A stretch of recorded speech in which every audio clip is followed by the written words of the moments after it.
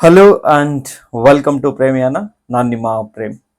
Dear students, ಎಲ್ಲರೂ ಕೂಡ ಕಳೆದ ಒಂದು ವಾರದಿಂದ ಕಟ್ ಆಫ್ ಎಷ್ಟು ನಿಲ್ಲುತ್ತೆ, ಜಾಸ್ತಿ ನಿಲ್ಲುತ್ತಾ, ಕಡಿಮೆ ನಿಲ್ಲುತ್ತಾ, ಕೆಲವು ಇನ್ಸ್ಟಿಟ್ಯೂಷನ್ ಅವ್ರು ಏನು ಹೇಳ್ತಿದ್ದಾರೆ ಅಂದ್ರೆ 200 ನಿಲ್ಲುತ್ತೆ ಅಂತ ಹೇಳ್ತಿದ್ದಾರೆ. ಇನ್ನ ಒಂದು ಕೆಲವು ಇನ್ಸ್ಟಿಟ್ಯೂಷನ್ಸ್ 180 ಹೇಳ್ತಿದ್ದಾರೆ, ಕೆಲವು ಯೂಟ್ಯೂಬರ್ಸ್ 220 ಹೇಳ್ತಿದ್ದಾರೆ. ಸರ್, ಯಾವ್ದನ್ನ ನಂಬೋದು ಸರ್? ಅಥವಾ ಕೆಲವರು ಏನ್ ಮಾಡ್ತಿದ್ದಾರೆ, ರೀ ಎಕ್ಸಾಮ್ ಮಾಡ್ಬೇಕು ಅಂತ ಹೇಳ್ತಿದ್ದಾರೆ. ಏನ್ ಮಾಡೋದು ಸರ್ ಗೊತ್ತಾಗ್ತಾ ಇಲ್ಲ. ಕಟ್ ಆಫ್ ಎಷ್ಟಿರುತ್ತೆ ಸರ್? ಈ ಎಲ್ಲ ಒಂದು ಪ್ರಶ್ನೆಗಳಿಗೆ ಈ ವಿಡಿಯೋವನ್ನ ಕೊನೆವರೆಗೂ ನೋಡಿ ಅಂತ ಹೇಳ್ತಾ, so first of all cut off decide ಆಗ್ತಕ್ಕಂಥದ್ದು ಒಂದು, ತಾವು ತಾವು ಬರ್ದಿರ್ತಕ್ಕಂತಹ ಕ್ವಶನ್ ಪೇಪರ್ ಹೇಗಿತ್ತು, ಮಾಡರೇಟ್ ಇತ್ತಾ, ಈಸಿ ಇತ್ತಾ, ಮತ್ತೆ ಡಿಫಿಕಲ್ಟ್ ಇತ್ತಾ, ಅದನ್ನ ನೋಡ್ತಾ ಬಂದ್ರೆ ಕ್ವಶನ್ ಪೇಪರ್ ತುಂಬಾ ಈಸಿ ತರ ಕಾಣಿಸ್ತಾ ಇತ್ತು, ಬಟ್ ಡಿಫಿಕಲ್ಟ್ ಇತ್ತು. ತುಂಬಾ ಟ್ರಾಪ್ಗಳು ಕೂಡ ಇದರಲ್ಲಿ ಇತ್ತು. ಅಂದ್ರೆ ಆಪ್ಷನ್ಸ್ ಏನಿದೆ, ಕ್ವಶನ್ಸ್ ಇದು ಈಸಿ ಇದೆ, ಬಟ್ ಆಪ್ಷನ್ ಅನ್ನ ನೋಡ್ತಾ ಹೋದ್ರೆ ಆನ್ಸರ್ ಅನ್ನ ಮಾಡ್ಲಿಕ್ಕೆ ಆಗ್ತಾ ಇರ್ಲಿಲ್ಲ. ದೆನ್ ರಾಂಗ್ ಆನ್ಸರ್ಸ್ ಬರ್ತಾ ಇತ್ತು, ನೆಗೆಟಿವ್ ಆಗೋ ಚಾನ್ಸಸ್ ತುಂಬಾ ಇದೆ. ಸೊ ಕೆಲವರು ಏನ್ ಮಾಡಿದ್ದಾರೆ ಅಂದ್ರೆ ಆತುರದಲ್ಲಿ ಈ ಕ್ವಶನ್ ಪೇಪರ್ ಈಸಿ ಇರೋದನ್ನ ನೋಡಿ 180 200 ಅಂತ ಹೇಳಿದ್ದಾರೆ. ಅಷ್ಟೊಂದು ಕಟ್ ಆಫ್ ನಿಲ್ಲಲ್ಲ. ನಾವೇನ್ ಮಾಡಿದ್ವಿ ಅಂದ್ರೆ ಒಂದು ಗೂಗಲ್ ಫಾರ್ಮ್ ಅನ್ನ ಕೊಟ್ಟು ಒಂದಷ್ಟು ವಿದ್ಯಾರ್ಥಿಗಳ ಡಾಟಾವನ್ನ ಕಲೆಕ್ಟ್ ಮಾಡಿದ್ವಿ. ಬಹಳಷ್ಟು ಜನ ಅದನ್ನ ಶೇರ್ ಕೂಡ ಮಾಡಿದ್ದಾರೆ. ನಾವೇನ್ ಡಾಟಾ ಕಲೆಕ್ಟ್ ಮಾಡಿದೀವಿ ಅದನ್ನ ಬೇಸ್ ಆಗಿಟ್ಕೊಂಡು, ದೆನ್ ಎಷ್ಟು ಪೋಸ್ಟ್ ಇದಾವೆ ಅದನ್ನ ಬೇಸ್ ಆಗಿಟ್ಕೊಂಡು, ಹಳೆಯ ಒಂದು ಪ್ರಶ್ನೆ ಪತ್ರಿಕೆ ಹೇಗಿತ್ತು, ಅವಾಗ ಎಷ್ಟು ಕಟ್ ಆಫ್ ನಿಂತಿತ್ತು, ಈ ವರ್ಷ ಎಷ್ಟಿದಾವೆ, ಇದೆಲ್ಲವನ್ನ ಆಧಾರವಾಗಿಟ್ಕೊಂಡು ತಮಗೆ ಗೊತ್ತಿದೆ ಸುಮಾರು 5700 ಜನ ಮೇನ್ಸ್ಗೆ ಕ್ವಾಲಿಫೈ ಆಗ್ತಕ್ಕಂಥವ್ರು. 200 ತುಂಬಾ ಜನ ಹೇಳ್ತಾ ಇದಾರ? ನೋ, ಕೆಲವರು ಹೇಳ್ತಿದ್ದಾರೆ 200 ಪ್ಲಸ್ ಆಗಿದೆ ಅಂತ. ಬಟ್ 5700 ಜನದ್ದು 200 ಆಗಿರ್ಬೇಕಲ್ವೇ? ನಾವೇನ್ ಮಾಡಿದೀವಿ ಅಂದ್ರೆ ಆ ಗೂಗಲ್ ಫಾರ್ಮ್ ಎಲ್ಲವನ್ನು ಇಟ್ಕೊಂಡಿದೀವಿ. ಸೊ ನಮಗೆ ಬಂದಿರತಕ್ಕಂತಹ ಡಾಟಾ ಏನಿತ್ತು ಅಂದ್ರೆ ಸುಮಾರು ಮೇಲ್ ಕ್ಯಾಂಡಿಡೇಟ್ಸು, ನಮ್ಮ ಗಂಡ್ಮಕ್ಳು 62.2% ಅಷ್ಟು ನಮಗೆ ಡಾಟಾವನ್ನ ಕೊಟ್ಟಿದ್ರು. ಅದೇ ಫಿಮೇಲ್ ಕ್ಯಾಂಡಿಡೇಟ್ಸ್ ಏನಿದ್ದಾರೆ ಅವರು 37.7% ನಮಗೆ ಡಾಟಾವನ್ನ ಕೊಡ್ತಾ ಹೋಗಿದ್ರು. ಅದ್ರ ಜೊತೆಗೆ ಎಸ್ ಸಿ ಸ್ಟೂಡೆಂಟ್ಸ್ ಎಷ್ಟು ನಮಗೆ ಡಾಟಾವನ್ನ ಕೊಟ್ಟಿದ್ರು ಅಂದ್ರೆ ಸುಮಾರು 20% SC ಸ್ಟೂಡೆಂಟ್ಸ್ ಡಾಟಾ ಕೊಟ್ಟಿದ್ದಾರೆ ನಮಗೆ ಕೊಟ್ಟಿರ್ತಕ್ಕಂತಹ ಡಾಟಾದಲ್ಲಿ. ST ಎಷ್ಟಿದೆ ಅಂದ್ರೆ 55.5% ST ಸ್ಟೂಡೆಂಟ್ಸ್ ಕೊಟ್ಟಿದ್ದಾರೆ. 10% ST ಸ್ಟೂಡೆಂಟ್ಸ್, 20% SC ಸ್ಟೂಡೆಂಟ್ಸ್, ಸುಮಾರು 45ರಿಂದ 50% OBC ಸ್ಟೂಡೆಂಟ್ಸ್. ಇದರಲ್ಲಿ ಕ್ಯಾಟಗರಿ 1, ಕ್ಯಾಟಗರಿ 2, 2A, 2B ಎಲ್ಲಾನು ಕೂಡ ಸೇರಿ ನಾವು OBC ಅಂತ ಕನ್ಸಿಡರ್ ಮಾಡಿದೀವಿ. ಅದೊಂದು 45 to 50% ಕೊಟ್ಟಿದ್ದಾರೆ. ದೆನ್ GM ಏನಿದೆಯಲ್ವಾ, GM ಅವರೊಂದು 15% ನಮಗೆ ಡಾಟಾವನ್ನ ಕೊಟ್ಟಿದ್ದಾರೆ.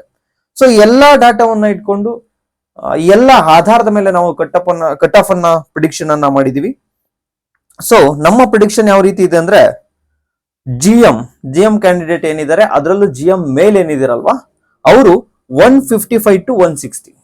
GM ಮೇಲ್ ಕ್ಯಾಂಡಿಡೇಟ್ 155 to 160 ಇದ್ದವ್ರು ನೀವು ಮೇನ್ಸ್ಗೆ ಪ್ರಿಪೇರ್ ಆಗಿ. ದೆನ್ GM ಫಿಮೇಲ್ ಏನಿದ್ದೀರಿ, ಹೆಣ್ಮಕ್ಳು ಏನಿದ್ದೀರಿ GM ಅಲ್ಲಿ, ಅವರು 140 ಇಂದ 145, 140 to 145 ವರೆಗೆ ಅವರಿದ್ದಾರೆ. ಅವ್ರು ಯಾರು ಇರ್ತಾರಲ್ವಾ ಅವರೆಲ್ಲರೂ ಕೂಡ ಮೈನ್ಸ್ಗೆ ರೆಡಿಯಾಗಿ. ದೆನ್ OBC ಬಂದ್ರೆ, ಇಲ್ಲಿ OBC ನಲ್ಲಿ ಕ್ಯಾಟಗರಿ 1, ಕ್ಯಾಟಗರಿ 2, 2A, 2B ಎಲ್ಲರೂ ಕೂಡ ಅಪ್ರಾಕ್ಸಿಮೇಟ್ಲಿ ನೀವೇ ಕ್ಯಾಲ್ಕುಲೇಷನ್ ಅನ್ನ ಮಾಡ್ಕೊಟ್ರಿ. ಬಟ್ ನಾನು OBC ಕಂಪ್ಲೀಟ್ ಎಲ್ಲರೂ ಕೂಡ ಸೇರಿ ಹೇಳ್ತಾ ಇದ್ದೀನಿ. OBC ಮೇಲ್ ಏನಿದ್ದೀರಿ ತಾವುಗಳು 150 to 155, 150ರಿಂದ 155 ಇದು OBC ಮೇಲ್ ಕ್ಯಾಂಡಿಡೇಟ್ಸ್ ನ ಕಟ್ ಆಫ್.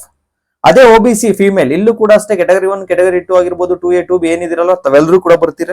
ಆ ಫಿಮೇಲ್ ಕ್ಯಾಂಡಿಡೇಟ್ಸ್ ಏನಿರ್ತೀರಿ 135 ಪ್ಲಸ್ ಇದ್ರೆ ರೆಡಿಯಾಗಿ, 135 ಪ್ಲಸ್ ಇದ್ರೆ ಮೇನ್ಸ್ ರೆಡಿಯಾಗಿ. ದೆನ್ SC ಏನಿದ್ದೀರಾ, SC ಮೇಲ್ ಏನಿದಿರಿ ನೀವು 140 ಇಂದ 145, 140ರಿಂದ ಸುಮಾರು 145 SC ಮೇಲ್. ಅದೇ SC ಫಿಮೇಲ್ ಬಂದ್ರೆ 130 ಪ್ಲಸ್ SC ಫಿಮೇಲ್ ಇದ್ರೆ ನೀವು ರೆಡಿಯಾಗಿ. ಅದೇ ರೀತಿ ST ಬಂದ್ರೆ ST ಅವರು 135 ಇಂದ 140, ST ಅವರು ಮೇಲು 135 ಇಂದ 140. Then ST female 125 to 130, 125 to 130. ಅನೇಕ ಜನರು ಮೈನ್ಸಿ ರೆಡಿ ಆಗ್ಬೇಕಾ ಸರ್, ರೀ ಎಕ್ಸಾಮ್ ಮಾಡ್ತಾರೆ ಸರ್, ರೀ ನೋಟಿಫಿಕೇಶನ್ ಆಗುತ್ತಾ ಸರ್ ಅಂತ ಹೇಳ್ತಿದ್ರಿ. ದಯವಿಟ್ಟು ಒಂದನ್ನ ಹೇಳ್ತೀನಿ, ಯಾರೆಲ್ಲ ಈ ಕಟ್ ಆಫ್ ಗಿನ ಜಾಸ್ತಿ ಮೇಲಿದಿರಲ್ವಾ ನೀವು ದಯವಿಟ್ಟು ನೀವು ಮೈನ್ಸ್ಗೆ ಪ್ರಿಪರೇಷನ್ ಮಾಡಿ. ಇದಕ್ಕೆ ಬ್ಯಾಡ್ಸ್ ಕಮೆಂಟ್ ಹಾಕ್ಲಿ, ಏನ್ ತೊಂದರೆ ಇಲ್ಲ. ಬಟ್ ರಿಯಾಲಿಟಿ ಏನು ಅಂದ್ರೆ ಒಂದಷ್ಟು ವಿದ್ಯಾರ್ಥಿಗಳ ಭಾವನೆಗಳನ್ನ ಯುಟಿಲೈಸ್ ಮಾಡ್ಕೊಂಡು, ಐನೋ ಕನ್ನಡ ಟ್ರಾನ್ಸ್ಲೇಷನ್ ಅಲ್ಲಿ ಒಂದು ಕೆಲವು ಪ್ರಶ್ನೆಗಳು ತಪ್ಪಿದ್ವು, ಮತ್ತೆ ಬೇರೆ ಪ್ರಶ್ನೆಗಳನ್ನ ಕೂಡ ಅರ್ಥ ಮಾಡ್ಕೊಳ್ಳಿಕ್ಕೆ ಆಗ್ತಿರ್ಲಿಲ್ಲ. ಐ ನೋ ದಟ್, ಅದೆಲ್ಲ ಫ್ಯಾಕ್ಟರ್ ಕೂಡ ನನಗೆ ಗೊತ್ತಿದೆ. ಆದ್ರೆ ಇದನ್ನೇ ಒಂದಷ್ಟು ಇನ್ಸ್ಟಿಟ್ಯೂಷನ್ ಆಗಿರ್ಬೋದು ಅಥವಾ ಇನ್ನೊಂದಷ್ಟು ಬೇರೆ ಬೇರೆ ಸಂಘಟನೆಗಳಾಗಿರ್ಬೋದು ಅಥವಾ ಬೇರೆ ಯಾರೇ ಆಗಿರ್ಬೋದು, ಈ ಒಂದು ಭಾವನೆಗಳನ್ನ ಇಟ್ಕೊಂಡು ಈ ಮೇನ್ಸಿಗೆ ರೆಡಿ ಆಗ್ಲಾ ಬೇಡವೋ ಅಂತಕ್ಕಂಥದ್ರ ಮೇಲೆ ಪರಿಣಾಮವನ್ನ ಬೀರ್ತಾ ಹೋಗುತ್ತೆ. ಯಾರು ಈಗ 150+ ಮಾಡಿದ್ದಾರೆ, ಕಟ್ ಆಫ್ ನಾನು ಏನ್ ಹೇಳಿದ್ನಲ್ವಾ, ಇದ್ರ ಮೇಲೆ ಏನ್ ಮಾಡಿರ್ತಾರಲ್ವಾ ಅವ್ರಿಗೆ ಈ ಒಂದು ಏನು ರೀ ಎಕ್ಸಾಮ್ ಆಗುತ್ತಾ, ರೀನೋಟಿಫಿಕೇಶನ್ ಆಗುತ್ತಾ, ಈ ತರ ಭಾವನೆಗಳು ಬರ್ತಾ ಇರುತ್ತೆ.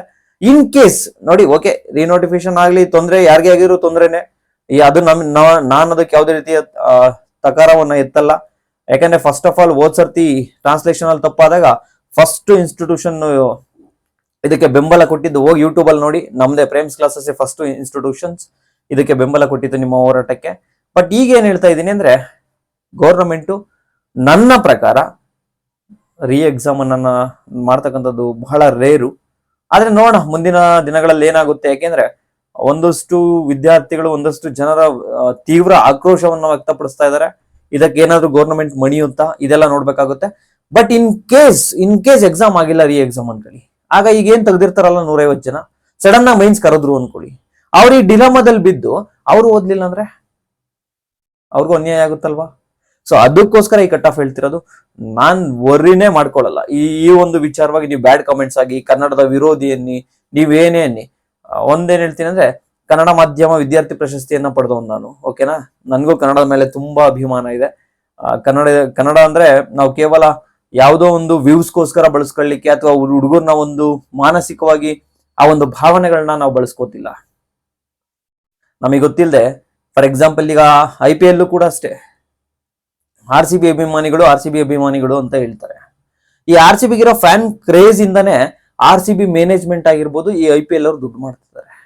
ಹೆಂಗ್ ದುಡ್ಡು ಮಾಡ್ತಾರೆ ಅಂದ್ರೆ, ಯಾವುದೇ ಒಂದು ಟೀಮ್ ಆಗಲಿ ಕಪ್ ವಿನ್ ಆಗಿರೋದ್ ಲೆಕ್ಕ ಅಲ್ಲ, ಆ ಟೀಮ್ಗೆ ಎಷ್ಟು ವರ್ಚಸ್ ಇದೆ ಅದ್ರ ಮೇಲೆ ಆ ಟೀಮ್ಗೆ ಅಡ್ವರ್ಟೈಸ್ಮೆಂಟ್ಗಳು ಸ್ಪಾನ್ಸರ್ ಅನ್ನ ಮಾಡ್ತಾ ಹೋಗ್ತವೆ. ಅಡ್ವರ್ಟೈಸ್ಮೆಂಟ್ಗಳ ಸಂಖ್ಯೆ ಜಾಸ್ತಿ ಆಗುತ್ತೆ, ಅದ್ರ ಪ್ರೈಸ್ ಕೂಡ ಜಾಸ್ತಿ ಆಗುತ್ತೆ.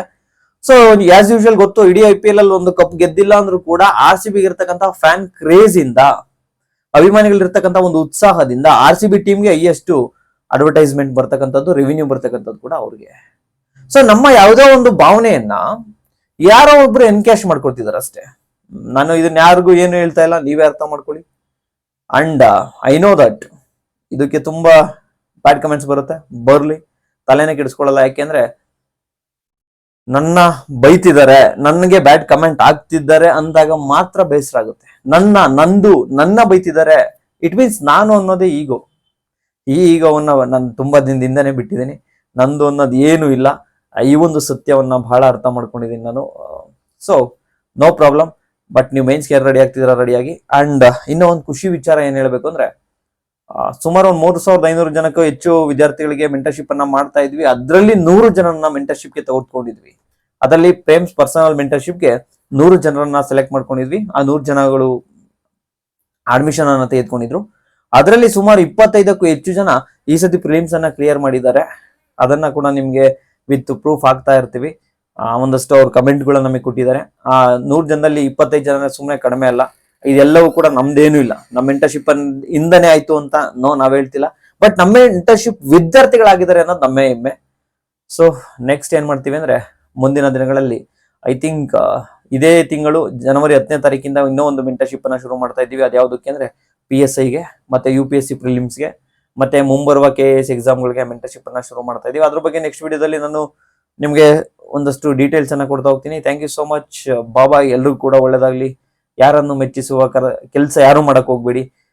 ಯಾರನ್ನು ಕೂಡ ಮೆಚ್ಚಿಸಕ್ ಆಗೋದು ಇಲ್ಲ. ನಾನು ಕೂಡ ಎಲ್ಲರನ್ನು ಕೂಡ ಮೆಚ್ಚಿಸಕ್ ಆಗೋದಿಲ್ಲ. Thank you so much. Bye. Take care.